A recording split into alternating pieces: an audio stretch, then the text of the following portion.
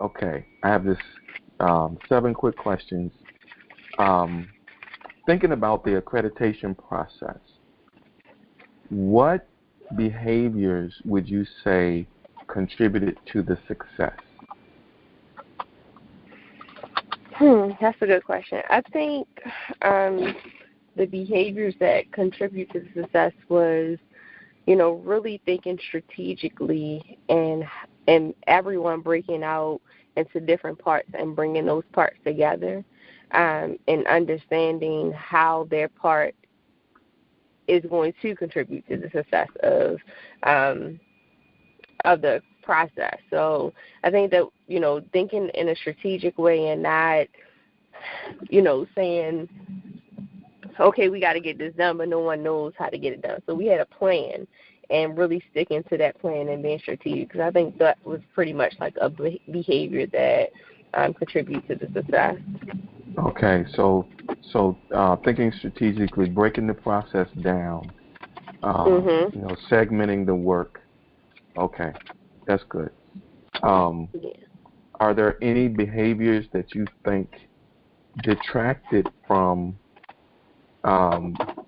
even further success of the accreditation? I think that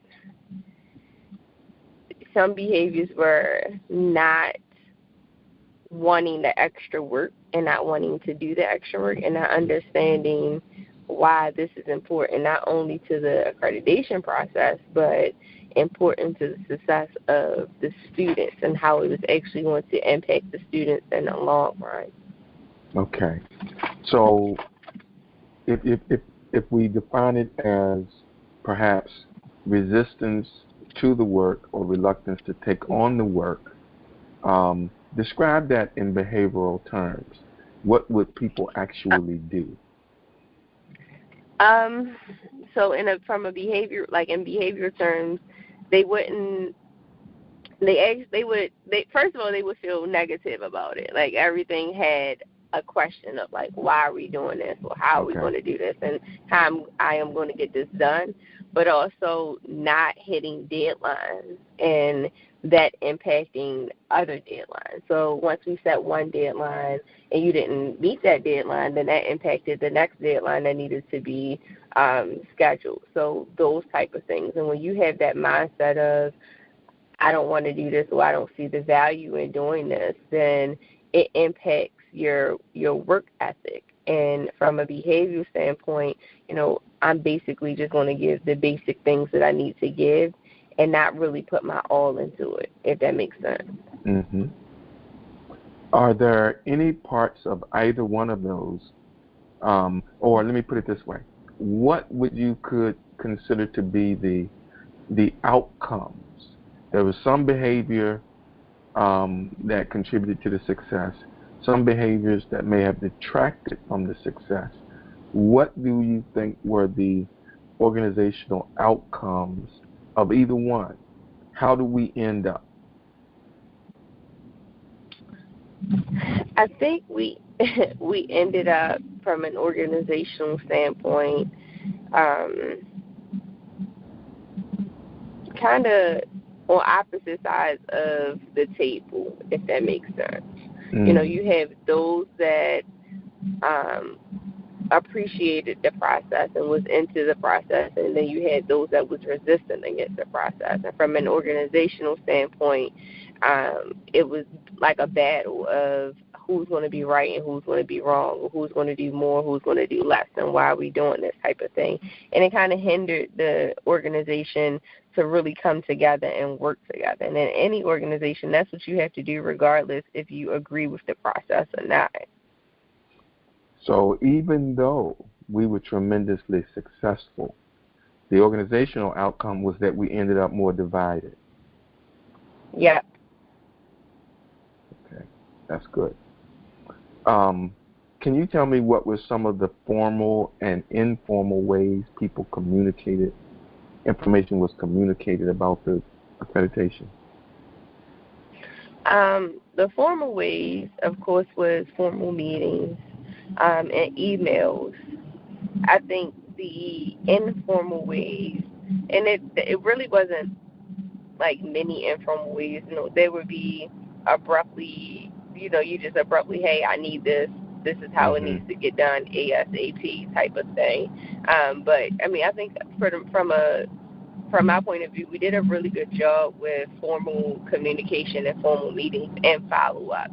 And that was really instrumental in this process, is the follow-up process, and not allowing it to just lagger and everyone forget about what needs to be done. So the more consistent our meetings were, the better our success was with completing it.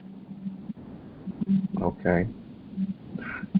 Did you notice any roles that emerged during the process? Meaning, people had responsibilities, we had job titles, whatever.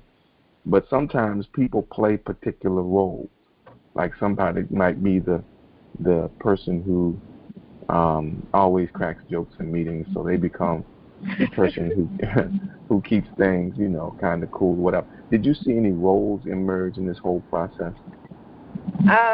Definitely. I saw people take the initiative to become the leader in the process, some to become the motivator in the process, and some just like, look, I'm just going to get this done, and this is what we need to get done. So whatever, title we want to give that role, there were quite a few people that were took that initiative to be that person. And then you had roles of, I'm going to be the nagger, I'm going to be the complainer, and I'm going to be the one that's disobedient to everything.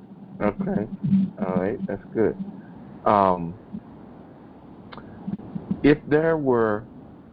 If you would go through this process again, is there any change management support that you would recommend? I'll give you one example. We're in a business school, and most times people don't understand the language of assessment. So if it had been a school of education, it would be second nature. So we could have used some training on that. But is there any other types of change management support that you would recommend for this kind of process? So I would definitely bring in different, bring in not just the business school, but bring in, like you said, individuals from different schools that have different attributes that they can bring. So, like you said, like if it's someone in the education department that specifically could help with a part of organizing this whole process, I would do that versus everything just being on, the School of Business and us figuring out how we're going to split up the roles. Now, we would have to do the work inside, specifically because it is part of the business school. But if you're looking for, bringing someone from the leadership, a leadership major that really focus on leadership and how do we do that, or organization or education, those type of roles together, to have committees to say, okay, you're going to lead us into this process. We're going to do the work, but we need you all to facilitate the process. Yeah. It was kind of hard to have one person do that. Yeah. One person actually became sort of the filter for all of that in most cases. Yep. Like not only was it the education and the language of assessment, but we were the first people to do the SharePoint thing. Yep. And even the application of technology in that kind of a process. Okay. All right. Is there anything that you learned about human behavior or was confirmed for you through this process? I definitely, doing this process, it really taught me that, one, you got to have a lot of patience to work with very educated people. That's number one. And that with that being said, that although we're working with individuals that have the highest level of education, that does not necessarily mean that they know how to interact with people or tackle large projects. And that was an eye-opener for me, because that's an assumption that's made, is that, oh, you're highly educated, so you're able to tackle these big projects, so you're able to process that. Mm-hmm. And on a micro level, these individuals did not know how to process that, which was very eye-opening to me.